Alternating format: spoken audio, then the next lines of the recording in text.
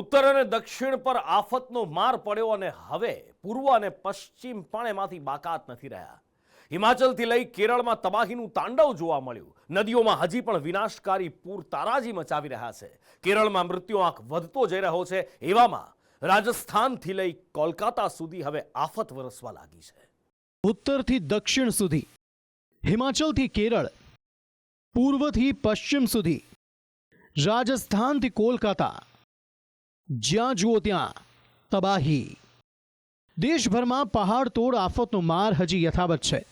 હિમાચલમાં હજી એ વાદળ ફાટી રહ્યા છે જે પહાડ તોડી રહ્યા છે, તો નદીઓના વિનાશકારી પૂર જિંદગી તાણી રહ્યા છે.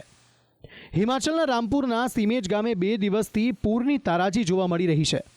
આફતના પૂરે અનેક ઘરોને જમીનદોસ્ત કરી નાખ્યા છે. આર્મીના જવાનો લોકોના જીવ બચાવવા ખડે પગે જોવા મળી રહ્યા છે. મહત્વનું છે કે રામપુરના 30થી વધુ લોકો લાપતા થયા છે અને લોકો ઘરોમાં બચી ગયેલો સામાન સુરક્ષિત સ્થળે ખસેડી રહ્યા છે.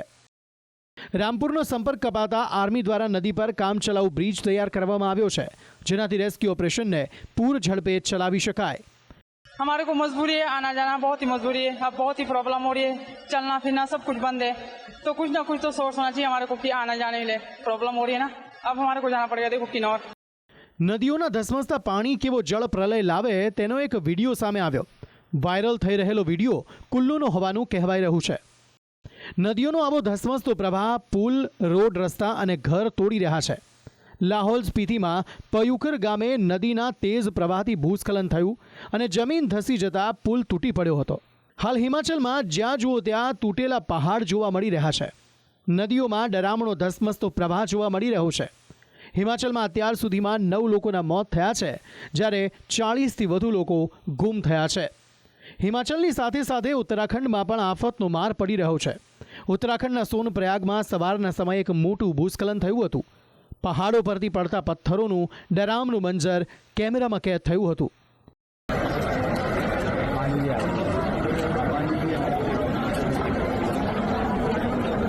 સોનપ્રયાગમાં વાદળ ફાટતા અનેક શ્રદ્ધાળુઓ ફસાયા હતા, જેઓનું એનડીઆરએફ, એસડીઆરએફની ટીમ દ્વારા દિલધડક રેસ્ક્યુ કરવામાં આવ્યું હતું. આફતના વાદળો હવે ઉત્તરથી આગળ વધ્યા છે. ઝારખંડના રાંચીમાં ખાબકેલા ધોધમાર વરસાદથી શહેર પાણી થયું છે.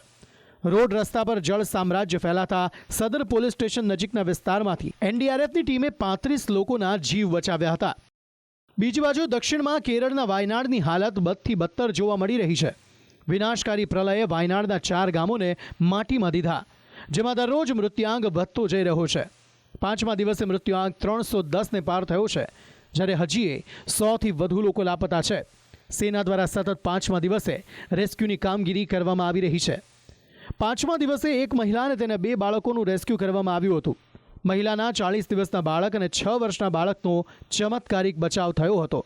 આ સાથે વન વિભાગના કર્મચારીઓએ જંગલમાં પહાડની ટોચ પર આવેલી ગુફામાં ફસાયેલા એક પરિવારનું રેસ્ક્યુ કર્યું હતું, જેમાં 4 જેટલા બાળકો હતા. હાલ તો સતત વરસાદ અને દુર્ગમ રસ્તા રેસ્ક્યુ ટીમ માટે પડકાર બન્યા છે. નેતાઓ બાદ અભિનેતાઓ વાયનાડની મુલાકાત લઈ રહ્યા છે. ભારતીય સેનામાં માનદ લેફ્ટનન્ટ કર્નલ અને મલયાલમ ફિલ્મ ઇન્ડસ્ટ્રીના સુપરસ્ટાર મોહનલાલે વાયનાડની મુલાકાત લીધી હતી અને રેસ્ક્યુ ઓપરેશનની માહિતી લીધી હતી.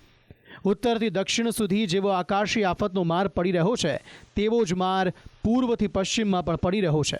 રાજસ્થાનના બિકાનેરમાં રેલવે ટ્રેક પર પાણી ભરાતા ટ્રેન પાણી પર ચાલી રહી છે, તો કોલકાતા ઇન્ટરનેશનલ એરપોર્ટ પર વિમાનના ટાયર ડૂબી જાય તેટલા પાણી ભરાયા છે. આમ દેશભરમાં આફતનો વરસાદ વરસી રહ્યો હોય તેવું લાગી રહ્યું છે. પૂર્વથી પશ્ચિમ હોય કે ઉત્તરથી દક્ષિણ, જ્યાં જુઓ ત્યાં વરસાદી ખાના ખરાબી. આફતના મારથી જનજીવન અસ્તવ્યસ્ત થઈ ગયું છે. લોકો આશા રાખી રહ્યા છે કે હવે મુશ્કેલીના બદલે રાહતનો વરસાદ વરસે. બ્યુરો રિપોર્ટ, સંદેશ ન્યૂઝ.